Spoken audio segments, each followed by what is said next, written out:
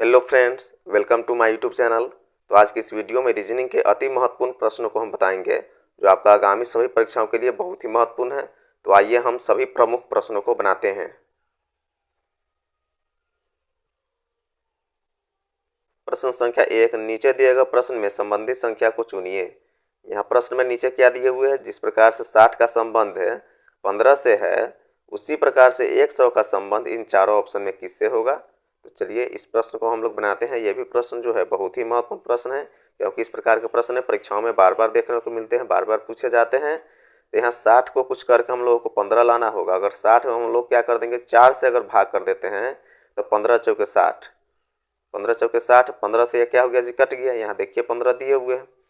फिर उसी प्रकार से हम लोग क्या करेंगे जी, 100 में भी 4 से भाग कर देंगे, क्योंकि यहाँ 60 में 4 से भाग की है, तो यहाँ भी जो है 4 से ही भाग करना होगा। 4 से जब हम लोग भाग करते हैं तो ये 25 से कट जाएगा, 25 चौके 100 होता है। तो यही 25 जो है इस प्रश्नवाचक चिन्ह के स्थान पर नोट होगा, यही 25 इसका आंसर है। तो चलिए हम लोग ऑप्शन में देखते हैं, किस ऑप्शन में 25 दिए हुए। तो ऑप्शन ए में 25 दिए हुए, इसका राइट आंसर ऑप्शन ए हो जाएगा। तो चलिए हम लोग नेक्स्ट प्रश्नों को बनाते हैं।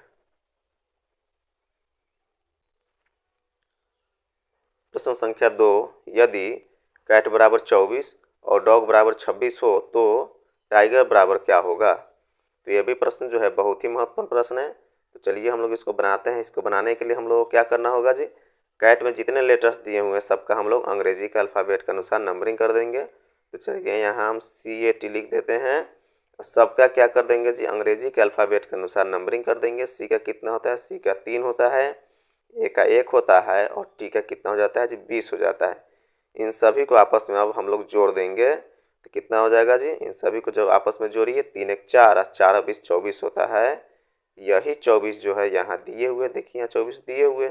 उसी प्रकार से हम लोग क्या कर देंगे जी, यहाँ डॉग लिखे हुए हैं, इस डॉग में भी जितने लेटर्स है सबका हम लोग अंग्रेजी के अल्फ़ाबेट के अनुसार नंबरिंग कर देंगे। तो डी का कितना हो जाएगा जी, डी का 4 हो जाता है, और ओ का कितना होता है, ओ का 15 हो जाता है, और जी का कितना होता है, जी का 7 हो जाता है। अब इन सभी को आपस में चलिए जोड़ देते हैं। तो 4 और 15 कितना हो जाएगा जी, 19 हो जाएगा। 19 और 7 26 हो जाता है। यही 26 जो है यहाँ दिए हुए, देखिए मतलब इसमें क्या किए हुए जी, जितने भी लेटर्स दिए हुए सबका नंबरिंग कर दिए हुए अंग्रेजी के अल्फ़ाबेट के अनुसार, और सबको जोड़ दिए हुए। अब हम लोगों को किसका निकालना है जी, इस टाइगर का निकालना है। तो चलिए हम लोग यहाँ टाइगर का निकाल लेते हैं। यहाँ लिखते हैं TIGER। अब इसका भी हम लोग क्या कर देंगे जी, एक एक करके सबका अंग्रेजी के अल्फ़ाबेट के अनुसार नंबरिंग कर देंगे। तो टी का कितना होता है, टी का 20 हो जाता है। आई का कितना होता है, आई का 9 होता है। जी का कितना हो जाएगा, जी का 7 हो जाता है। ई का 5 हो जाता है, और आर का 18 हो जाता है। अब इन सभी को आपस में क्या कर देंगे जी, सभी को आपस में जोड़ देंगे। चलिए हम लोग इसको जोड़ते हैं। अब यहाँ जोड़ेंगे तो यहाँ 20 दिए हुए, 20 और 9 कितना हो जाएगा जी, 29 हो जाएगा। 29 और 7 36 हो जाएगा। 36 से 5 41 हो जाता है। 41 और 18 कितना हो जाता है जी, 59 हो जाता है। टोटल कितना है जी, 59 आया। यही 59 जो है इसका क्या हो जाएगा जी, राइट आंसर हो जाएगा। तो चलिए हम लोग ऑप्शन में देखते हैं किस ऑप्शन में 59 दिए हुए हैं। तो ऑप्शन ए में 59 दिए हुए, तो इसका राइट आंसर हो जाएगा ऑप्शन ए। तो चलिए हम लोग नेक्स्ट प्रश्नों को बनाते हैं।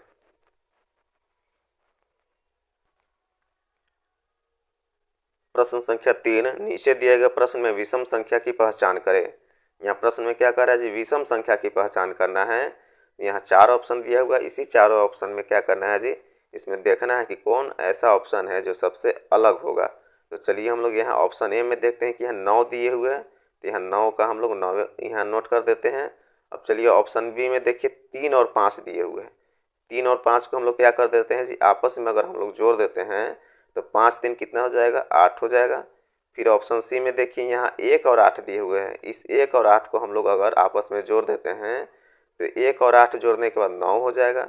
फिर ऑप्शन डी में देखिए यहाँ 2 और 7 दिए हुए, 2 और 7 को भी हम लोग आपस में अगर जोड़ देते हैं तो 2 और 7 9 हो जाएगा। तो चलिए हम लोग यहाँ देखते हैं ऑप्शन ए में क्या है जी, 9 दिए हुए हैं।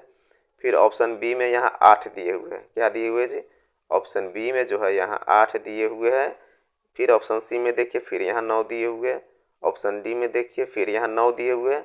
मतलब यहाँ ऑप्शन ए सी और डी तीनों जो है समान है, 9, ऑप्शन सी में भी 9 है, ऑप्शन डी में भी 9 है, लेकिन ऑप्शन बी में जो है ये 3 और 5 को जब जोड़े तो ऑप्शन बी में 8 आया। तो इसलिए सबसे अलग कौन हो गया जी? सबसे अलग जो है ऑप्शन बी हो गया। तो इसका राइट आंसर क्या हो जाएगा जी? ऑप्शन बी हो जाएगा। तो चलिए हम लोग नेक्स्ट प्रश्नों को बनाते हैं।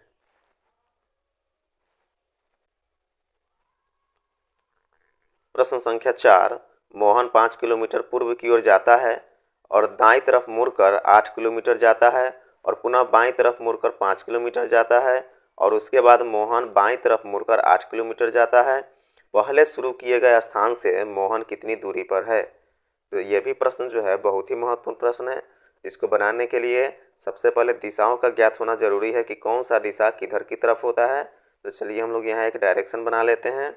ऊपर क्या हो जाएगा जी? उत्तर हो जाएगा, नीचे दक्षिण हो जाता है और दाहिने तरफ पूर्व हो जाएगा और बाईं तरफ पश्चिम हो जाएगा। अब इसी डायरेक्शन की मदद से हम लोग क्या करेंगे जी? इस प्रश्न को बनाएंगे। यहाँ प्रश्न में क्या दिए हुए जी? मोहन 5 किलोमीटर पूर्व की ओर चलता है। मान लीजिए कि मोहन यहाँ है, यहाँ से वो क्या हुआ जी?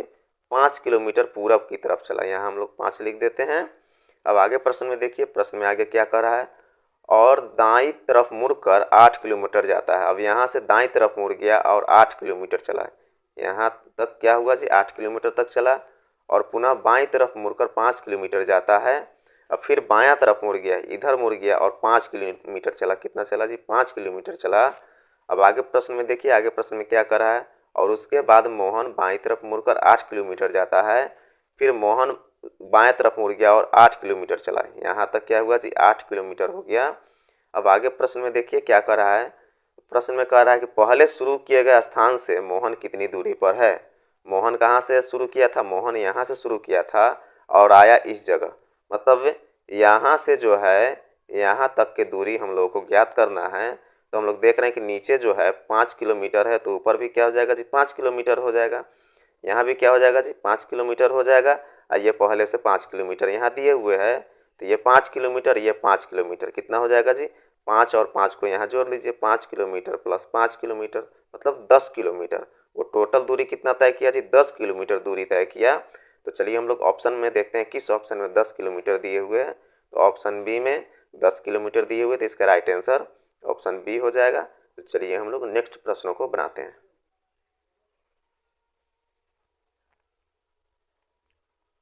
प्रश्न संख्या 5, ए की दौड़ने की गति बी से तेज है परंतु सी की तुलना में कम है।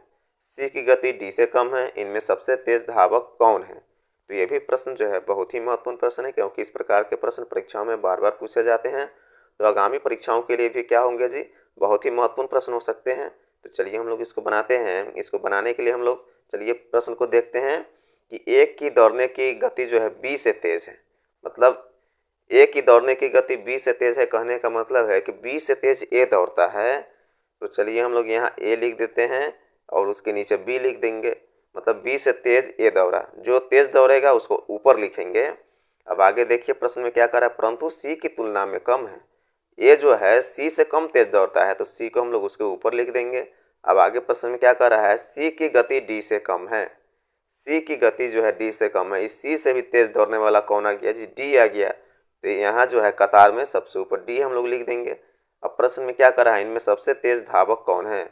इसमें तेज सबसे दौड़ने वाला कौन है? इस कतार में जो है, इस कतार में सबसे ऊपर जो होगा वही क्या हो जाएगा जी? सबसे तेज धावक होगा। तो सबसे ऊपर यहाँ डी है, यही सबसे तेज दौड़ने वाला हो गया। तो चलिए हम लोग ऑप्शन में देखते हैं किस ऑप्शन में डी दिए हुए हैं। तो ऑप्शन ए में डी दिए हुए, तो इसका राइट आंसर ऑप्शन ए हो जाएगा। तो चलिए हम लोग अगले प्रश्नों को बनाते हैं। प्रश्न संख्या 6, प्रतीकों के उपयुक्त सेट का चयन करें। यहाँ एक समीकरण दिया हुआ है। इसी समीकरण में क्या करना है? इन चारों ऑप्शन में से एक एक ऑप्शन डाल करके देखना है। जो ऑप्शन डाल देने के बाद इस समीकरण के लेफ्ट साइड में 82 आ जाएगा। जिस प्रकार से दाहिने तरफ यहाँ 82 दिए हुए हैं, अगर इधर की तरफ भी 82 आ जाएगा, वही ऑप्शन इसका क्या हो जाएगा जी? राइट आंसर हो जाएगा। तो चलिए हम लोग इसको बनाते हैं। हम लोग इसको बनाने के लिए सबसे पहले ऑप्शन ए के सिंबल को हम लोग डाल करके देखते हैं। पहले यहाँ डिवाइड का सिंबल दिए हुए, तो हम लोग क्या करेंगे जी? इस डिवाइड को हम लोग डाल करके यहाँ देखेंगे, यहाँ डिवाइड डाल दिए। उसके बाद मल्टीप्लाई का सिंबल दिए हुए, तो हम लोग यहाँ मल्टीप्लाई का सिंबल दे दिए। उसके बाद प्लस का सिंबल दिए हुए, तो उसके बाद हम यहाँ प्लस का सिंबल दे दिए। अब हम लोगों को यहाँ एक समीकरण तैयार हो गया। तो चलिए हम लोग यहाँ इस समीकरण को लिख लेते हैं। 44 भागा कितना है जी, 4 है इंटू 7 अब प्लस है 5 अब बराबर 82। अब इसी को हम लोग को क्या करना है जी, हल करना है, सॉल्व करना है। तो इसको बनाने के लिए बोर्ड मास के नियम पर बनाना होगा, BODMAS, इसी रूल पर इसको बनाना होता है। तो इसमें हम लोग देख रहे हैं कि किसी भी ऑप्शन में ब्रैकेट और ऑफ का सिंबल नहीं दिए हुए हैं, तो हम लोग इसका काम नहीं करेंगे, हम लोग डिवाइड से शुरू करेंगे। तो चलिए हम लोग यहाँ देखते हैं कि 44 डिवाइड यहाँ 4 दिए हुए हैं, तो 11 चौके 44 हो जाएगा। 11 यहाँ लिख दिए। अब उसके बाद इंटू 7 प्लस 5 अब बराबर कितना है, 82। फिर हम लोग अब क्या करेंगे जी, डिवाइड का काम कर दिए हैं, तो अब हम लोग मल्टीप्लाई का काम करेंगे। तो 11 सतह कितना हो जाएगा जी, 11 सतह 77 हो जाता है। 77 प्लस 5 अब बराबर 82। फिर हम लोग क्या करेंगे जी, मल्टीप्लाई के बाद एडिशन का काम करेंगे। तो 77 और 5 82 हो जाता है, अब बराबर इधर 82। मतलब दोनों पक्ष जो है LHS और RHS क्या हो गया जी, बराबर हो गया, इक्वल हो गया।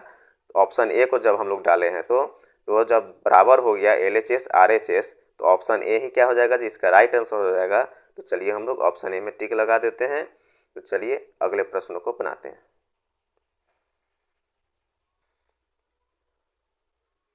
प्रश्न संख्या 7, यदि मल्टीप्लाई का अर्थ माइनस है, डिवाइड का अर्थ प्लस है, प्लस का अर्थ मल्टीप्लाई हो, तो निम्नलिखित समीकरण का मान बताइए। यहाँ एक समीकरण दिया हुआ है, इसी समीकरण में क्या करना है जी, सिंबल को चेंज करके लिखना है, सिंबल को बदल करके लिखना है। तो प्रश्न में देखिए मल्टीप्लाई का अर्थ क्या दिए हुए, माइनस दिए हुए है। तो जहाँ समीकरण में मल्टीप्लाई दिए हुए वहाँ हम लोग माइनस कर देंगे। अब आगे प्रश्न में देखिए डिवाइड का अर्थ प्लस दिए हुए है, समीकरण में जहाँ डिवाइड दिए हुए वहाँ हम लोग प्लस कर देंगे। तो यहाँ डिवाइड दिए हुए तो यहाँ हम लोग प्लस कर दिए। अब आगे प्रश्न में देखिए क्या कर रहा है, आगे प्रश्न में कह रहा है प्लस का अर्थ मल्टीप्लाई है, मतलब जहाँ प्लस दिए हुए हैं वहाँ हम लोग मल्टीप्लाई कर देंगे। अब हम लोग को नया समीकरण यहाँ मिल गया। इसको बनाने के लिए हम लोग क्या करेंगे जी, बोर्ड मास के नियम पर बनाएंगे, BODMAS, इसी नियम पर हम लोगों को क्या करना होगा जी, इसको बनाना होगा। इससे समीकरण में जो है ब्रैकेट का ऑप्शन दिए हुए, तो हम लोग ब्रैकेट का काम करेंगे। तो 16 में से अगर 5 माइनस कर देंगे तो 11 हो जाएगा। उसके बाद हूबहू सभी संख्याओं को नोट कर देंगे, प्लस 5 इंटू 3। अब हम लोग क्या करेंगे जी, यहाँ ऑफ और डिवाइड का सिंबल नहीं दिए हुए, तो इस दोनों का हम लोग काम नहीं करेंगे, हम लोग मल्टीप्लाई का काम करेंगे। तो यहाँ 11 प्लस कितना हो जाएगा जी, 11 प्लस 5 = 15 हो जाएगा। अब 11 और 15 को जोड़ देंगे तो कितना आ जाएगा जी, 11 और 15 को जोड़ते हैं तो 26 आ जाएगा। यही 26 जो है इस प्रश्नवाचक चिन्ह के स्थान पर नोट होगा, यही 26 इसका आंसर है। तो चलिए हम लोग ऑप्शन में देखते हैं किस ऑप्शन में 26 दिए हुए हैं। तो ऑप्शन ए में 60 है, ऑप्शन बी में 38 है, ऑप्शन सी में 45 है, ऑप्शन डी में 26 है। तो इसका राइट आंसर ऑप्शन डी हो जाएगा। तो चलिए हम लोग अगले प्रश्नों को बनाते हैं।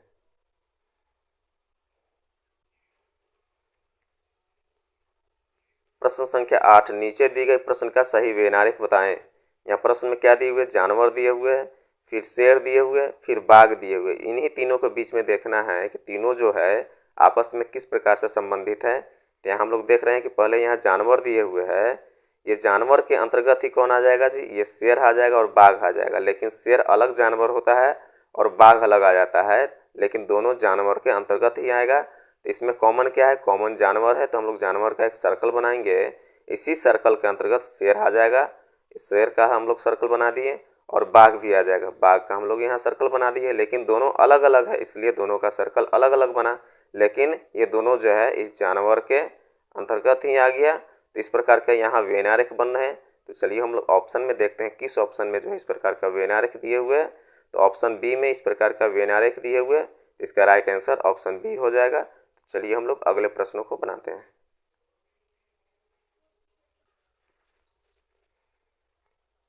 प्रश्न संख्या 9, दी गई आकृति में कितने पेन नीले हैं। यहाँ प्रश्न में क्या कह रहा है जी, आकृति में कितने पेन जो है नीले हैं। तो यहाँ नीला को किस चीज़ से यहाँ सांकेतिक किए हुए जी, नीला को यहाँ ट्रायंगल से, त्रिभुज से सांकेतिक किए हुए है। हम लोग देखेंगे कि नीले वाले भाग में पेन का कौन कौन सी संख्याएं आ जा रहा है। तो नीले वाले भाग में पेन का ये 4 जो है ये आ जा रहा है, और 19, ये दोनों जो है इस नीले वाले भाग में आ जा रहा है। तो इस 19 और 4 को क्या करेंगे, इस 19 और 4 को जोड़ देंगे आपस में, तो 9 4 13 हो जाएगा, हासिल 1 या 1 1 2 हो जाएगा। मतलब नीले वाले भाग में कुल पेन की संख्या कितना है जी, 23 है। यही 23 जो है इसका राइट आंसर हो जाएगा। तो चलिए हम लोग ऑप्शन में देखते हैं किस ऑप्शन में 23 दिए हुए। तो ऑप्शन ए में 23 दिए हुए हैं, तो इसका राइट आंसर ऑप्शन ए हो जाएगा। तो चलिए हम लोग अगले प्रश्नों को बनाते हैं।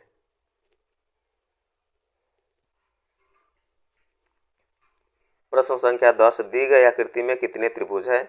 यहाँ एक आकृति दिया हुआ है, इसमें देखना है कि टोटल त्रिभुजों की संख्या कितना है। तो देखिए इसको बनाने का तरीका किस प्रकार से बनाया जाता है। इसमें जितने भी छोटे छोटे खंड है उसको गिन लेना होता है। तो चलिए हम लोग गिनते हैं 1 2 3। अब इसमें बड़ी संख्या 3 है, तो इस 3 में क्या कर देंगे जी, 2 से मल्टीप्लाई कर देंगे, तो 3 दूनी कितना हो जाएगा जी, 6 हो जाएगा। फिर यहाँ देखेंगे कि यहाँ से एक रेखा खींचे हुए, इधर भी जो है सेम त्रिभुज है, तो इसको भी हम लोग गिन लेंगे 1 2 3। यहाँ भी बड़ी संख्या 3 है, तो इसमें भी हम लोग 2 से मल्टीप्लाई कर देंगे, तो 3 दूनी 6। अब इसमें देखेंगे कि और भी त्रिभुज है, यहाँ से यहाँ देखिए एक त्रिभुज बन रहा है। फिर देखिए यहाँ से यहाँ जो है एक त्रिभुज और बन रहा है। फिर जो है ये बड़ा वाला यहाँ से यहाँ और एक और त्रिभुज बन रहा है। तो यहाँ 3 त्रिभुज और भी यहाँ जो है हो रहे हैं। तो इस 6 में यहाँ क्या कर देंगे जी, 6 के नीचे 3 लिख देंगे। अब तीनों को क्या कर देंगे जी, जोड़ देंगे, तो 6 6 12, 3 15 हो गया। टोटल इसमें त्रिभुजों की संख्या कितना है जी, 15 है। तो चलिए हम लोग ऑप्शन में देखते हैं किस ऑप्शन में 15 दिए हुए थे। ऑप्शन ए में 14 है, ऑप्शन बी में 10 है, ऑप्शन सी में 15 है। तो इसका राइट आंसर ऑप्शन सी हो जाएगा। तो इस वीडियो में जो भी हम प्रश्न डाले हुए हैं सभी प्रश्न जो है परीक्षाओं से संबंधित प्रश्न है। कोई भी प्रश्न आउट ऑफ प्रश्न नहीं डालते हैं। तो आप लोग एक एक करके सभी प्रश्नों को जरूर देखिएगा। अगर आप लोग को ये वीडियो पसंद आए तो एक लाइक और सब्सक्राइब जरूर कर दें।